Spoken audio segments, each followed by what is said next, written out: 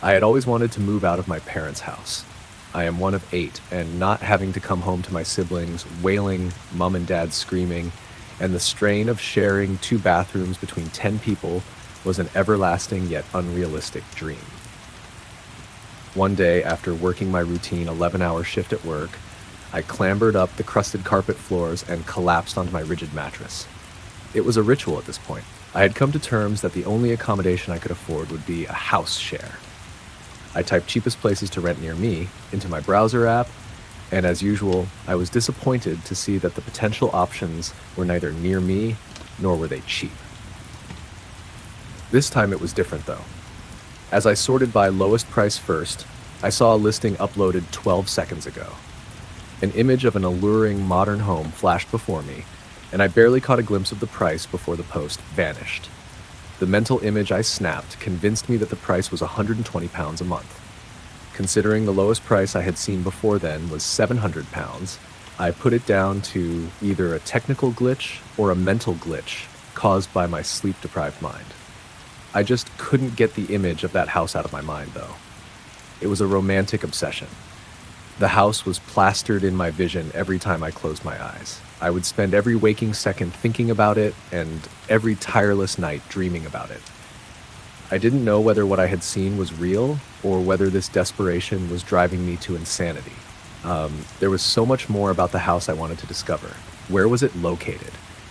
Was the rent really £120 a month? How many people shared it? These were all questions that would remain unanswered unless I could see that house again.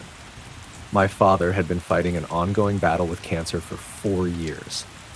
Despite the countless chemotherapy treatments, we were starting to realize he was fighting a losing battle.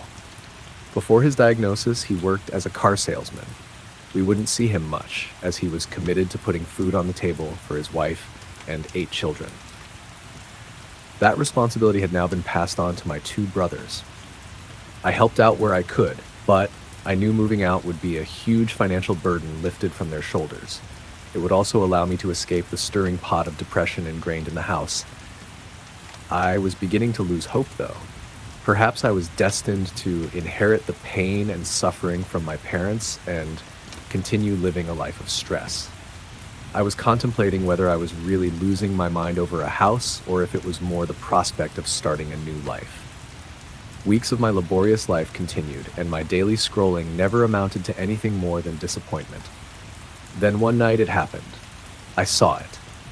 The exact same image that had burrowed its way into my brain since I first saw it. It was real. I forced myself out of the shackles of excitement to screenshot the image. I couldn't lose it again. I tapped into the post and scrolled down, taking screenshots like a deranged ex-girlfriend collecting ammunition for an argument. When the post vanished, there was a conflicting feeling of knowing the opportunity might be gone forever, but that I had everything I needed to answer my questions. Then the post came back. I quickly went back into paparazzi mode, and then the post vanished again as if it were never there. I rummaged through my camera roll to begin the inspection process. The property was truly astonishing.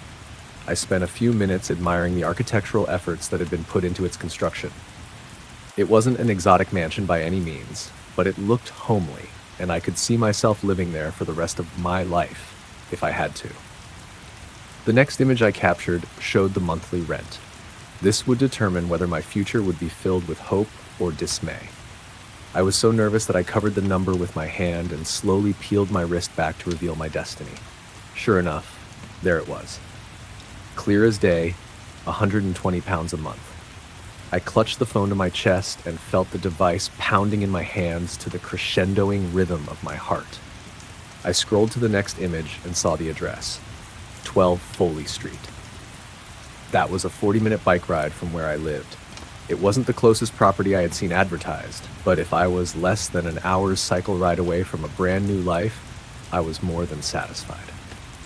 The next image showed the description of the property.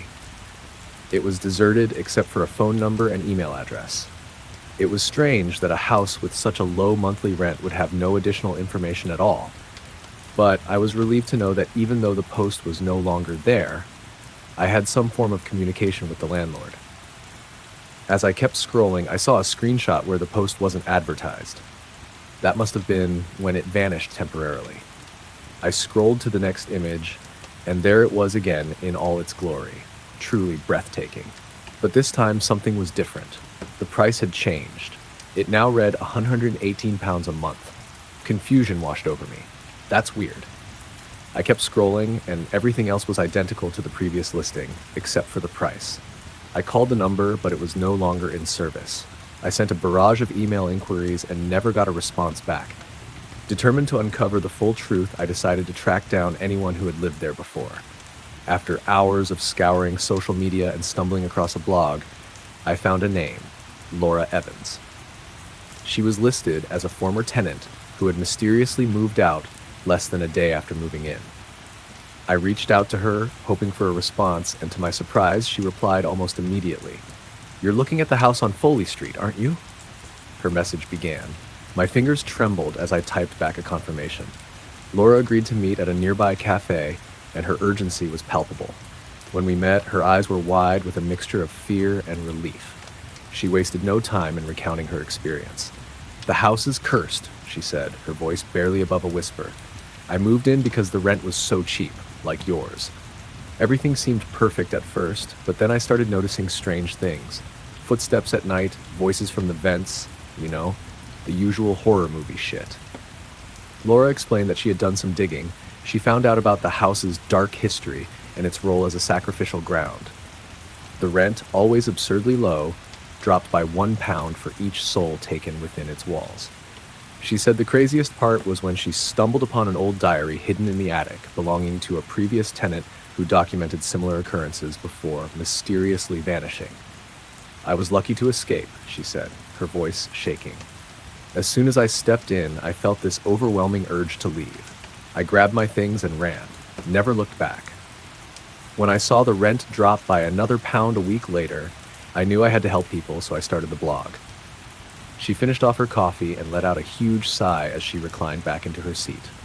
We parted ways, and I headed home, crashing down onto my mattress, which felt a little bit softer than it always had. My siblings' cries rang through my ears like a familiar lullaby. I pulled out my phone and had a message from Laura. "Thanks for coming and hearing my story. I really enjoyed today. XX." I went to my Photos app and started scrolling through the same images that I had spent so long obsessing over. I admired the picture of the house one last time and reluctantly sent it to the digital landfill. Then my phone started ringing, vibrating with a strange urgency. I recognized the number immediately as it was the same one from the image of the property description on my screen.